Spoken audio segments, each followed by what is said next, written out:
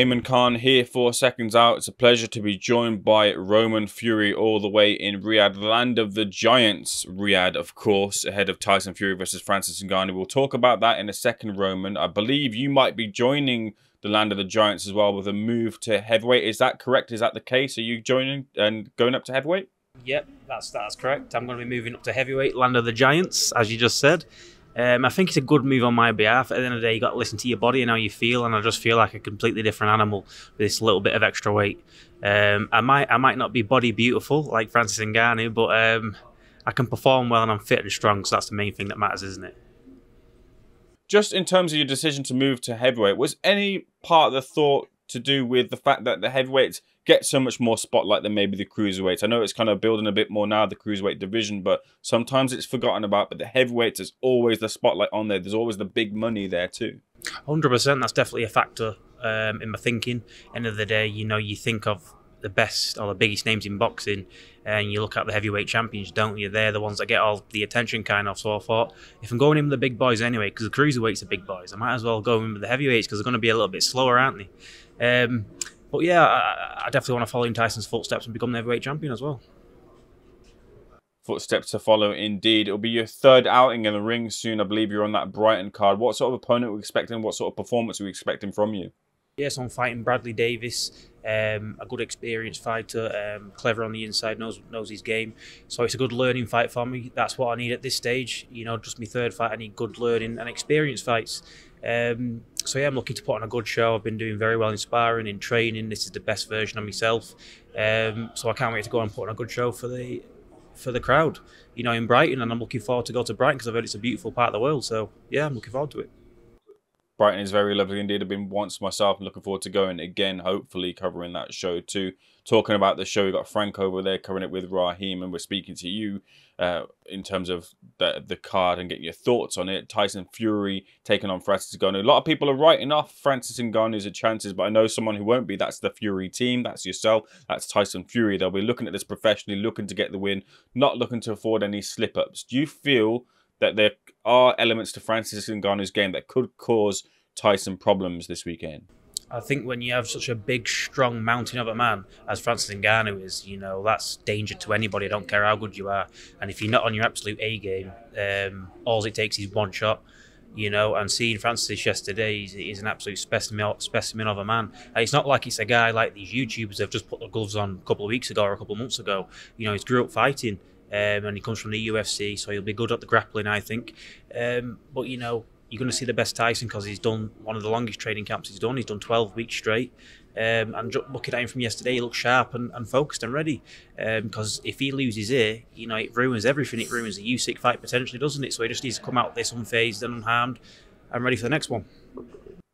There are those who haven't been too happy with the choice of taking on Francis Ngannou. What have you made of that reaction? I've seen that Tyson Fury isn't, you know, too happy as well with some people who've really kind of not taken to the event. But what's your take on those people who've detracted from it?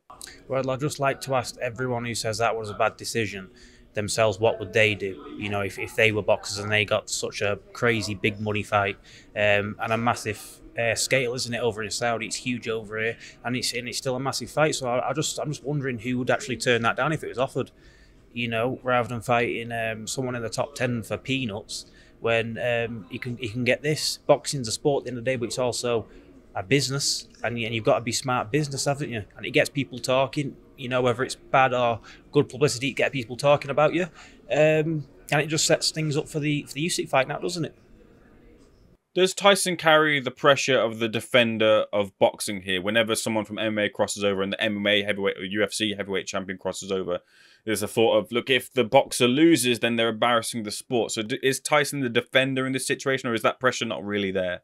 I don't think it'll be really there for him, but definitely he is kind of defending the sport, isn't it? Because it would look awful if Francis was to come over and get a win over him, just like the other week with Tommy and KSI. How bad would that be for boxing if a professional boxer got beat by a YouTuber? So there's definitely that little bit of pressure there, but I don't think he'll be thinking about that too much. He'll just be thinking about going in there and doing what he does. You know, he's got plenty of experience, so that won't get to him too much. You mentioned there about the potential undisputed fight with Alexander Usyk. I believe Alexander Usyk has now arrived in Riyadh. Are you expecting that face-off? Are you expecting that face-off in the ring after the fight? 100%. You know, it looks like it'll be happening over here in Saudi as well. So I'm expecting fireworks after the fight, and I'm sure it will be. It's been building and it's been brewing. You know, people's been vocal about what side they're on, so I'm sure it'll all get unleashed on the night on Saturday night. You spoke about Tommy taking on KSI and getting the win and what it meant for him as well, especially with the Jake Paul fight too. But firstly, just on yourself, did you ever think about branching over to that side and taking on some of these influences? Yes, 100%. I've said it in a few interviews. I'd do that, definitely. It's an interest of mine, just because I think, again, it's quite easy money, and still it's good experience in the ring. And plus, you know, I personally think this misfit scene is taking over conventional boxing. I mean, just look at the numbers they're doing. They're like super fights in boxing, you know, that you'd only get with the Canelos or the Tyson Furies, you know. So that's definitely taking over, and it's something I want to get into. It's just a case of building myself, getting my name out there more, getting these wins, and then I'm sure they'll be there. You know, I've got the last name, and I'm sure there'll be people gunning for me, trying to prove a point. But I'm all up for it. Have you got a target in mind? Yeah, well, actually, I seen the heavyweight fight of Misfits, Chase DeMoor and another guy. Okay. Yeah, and I seen that, and I think if there's a title there, I can easily win that, judging from what I've seen off those two. So I'd love to get one of them two in the ring soon. I believe that's fight. But any of them, you know, any of them, anyone who wants it, they can have it. You know, I'm not shying away from anyone. I believe that fight's been appealed. We'll wait the process of that appeal, but something that's been appealed as well, or at least there was some controversy from some people were questioning the result in the KSI fight. What did you make of KSI's reaction, really not taking that he'd taken the defeat to Tommy? Yeah, I just think it doesn't look good for him. You know, he's supposed to be this big role model, but, you know, kicking screens and acting the way he did, it's not very professional, is it? And it just screams sore loser, because at the end of the day, he made that fight a horrible fight. You know, I'll admit it wasn't a good watch, but that was 90% down to him. Obviously, Tommy wasn't his best either, but you can't really make of a fight of someone who's just jumping up and down, lunging and then grabbing, can you? You know, someone who doesn't want to fight. And I think there's footage out there of his coach saying, keep doing what you keep doing, keep lunging and putting your head down, he'll hit you in the back of the head. So if that was the game plan, it's just shocking for the fans, you know, and he's let the fans down big time. But yeah, just a sore loser. You know, if it doesn't go your way, accept it like a man and move on. Roman, final thing, we saw John was in full form yesterday and urging on the fight with Mike Tyson, something that he's really wanted to have in the future, a contest with the legend Mike. Do you think we'll see it? Do you think Mike didn't seem to say no to it? He seems to be on board. That's it. He didn't say no, and I think it would be probably the best build-up to a fight you'd ever see.